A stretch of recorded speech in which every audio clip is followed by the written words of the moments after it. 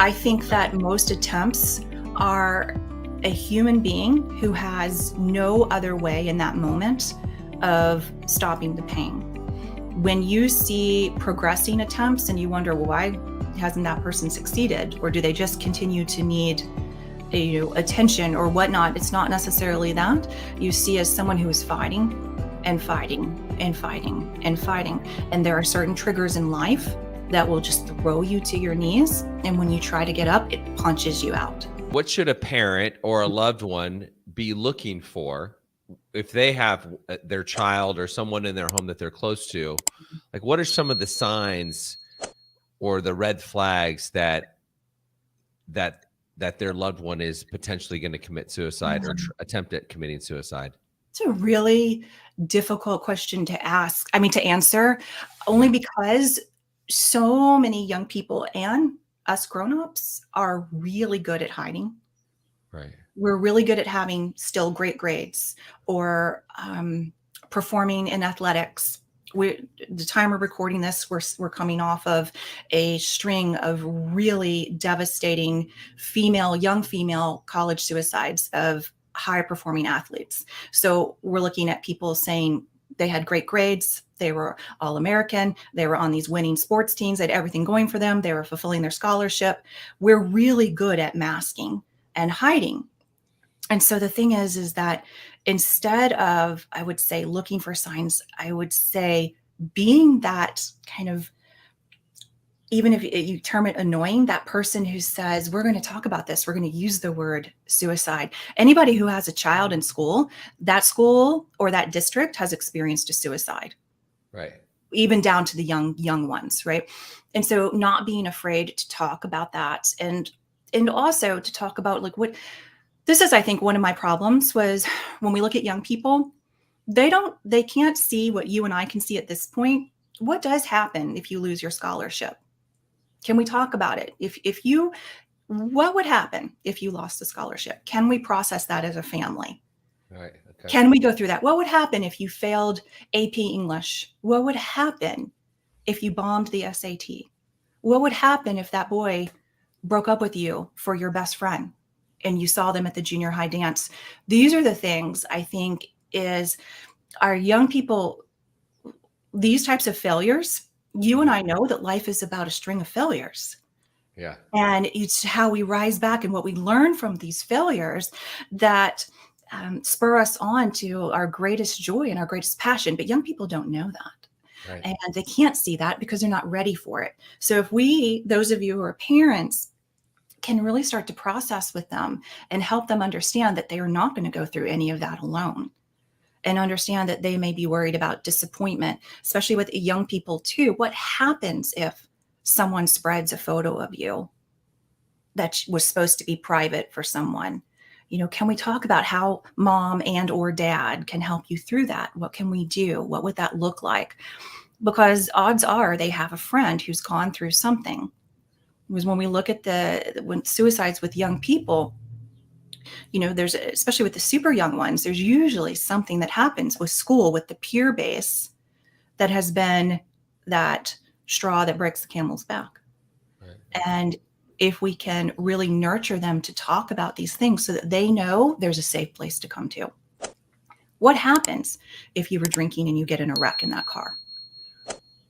Can we talk about it? There will be consequences, but right. How do we process that? How do we go through that as a family?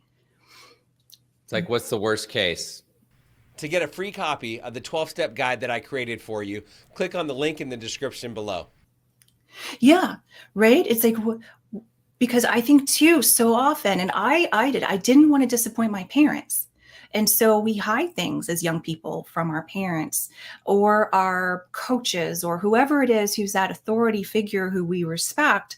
And then we feel we're all alone. And when we can't problem solve, we don't think there's an answer. Mm-hmm. For those children who are more at risk, meaning they suffer from more anxiety, they worry about other people think more than others. They are a little bit melancholy. Maybe they have been treated for depression already. We need to take a look at what are some of these triggers, and also what's the pressure that we're putting on them to be perfect. How are they feeling about how they look in school? and their body and what their body looks like.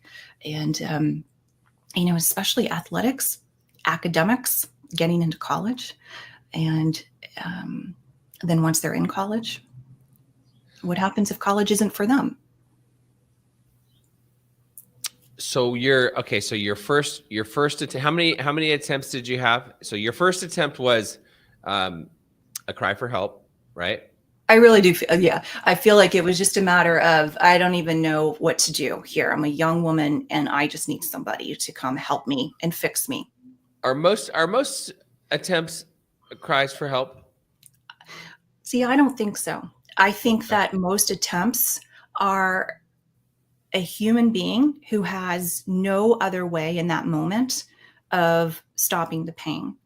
When you see progressing attempts and you wonder, well, why hasn't that person succeeded? Or do they just continue to need attention or whatnot? It's not necessarily that. You see as someone who is fighting and fighting and fighting and fighting.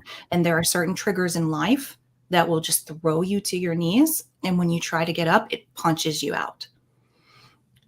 The longer you go, and I look at my life now at my age, and you wonder, like we just had, the death of Naomi Judd. I mean, this is someone from my childhood. I grew up in Texas, right? We love the Judds and country music. And some of you may not listen to country music. She was in her 70s. She fought her whole life through bouts of depression, suicidal depression.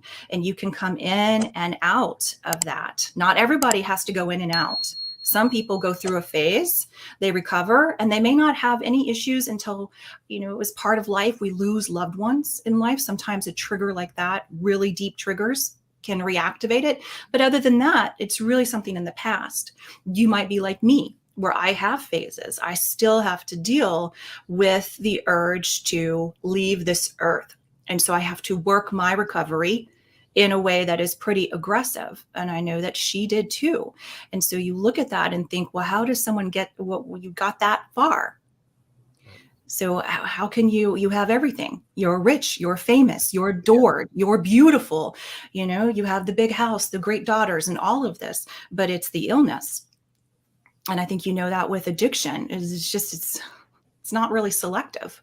If you got value from this video, if you heard what you needed to hear, be sure to like it. Comment if you've got a question or you have something to say. Subscribe to the channel. Camelback Recovery provides treatment services for people struggling with mental health, mental illness, addiction, alcoholism, whatever it may be.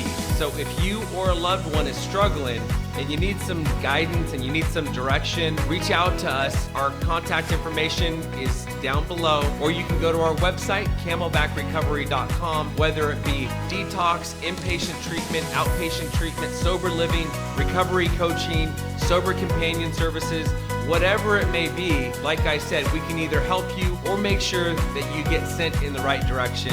We help people all over the country, all over the world for that matter. I'll see you on the next video.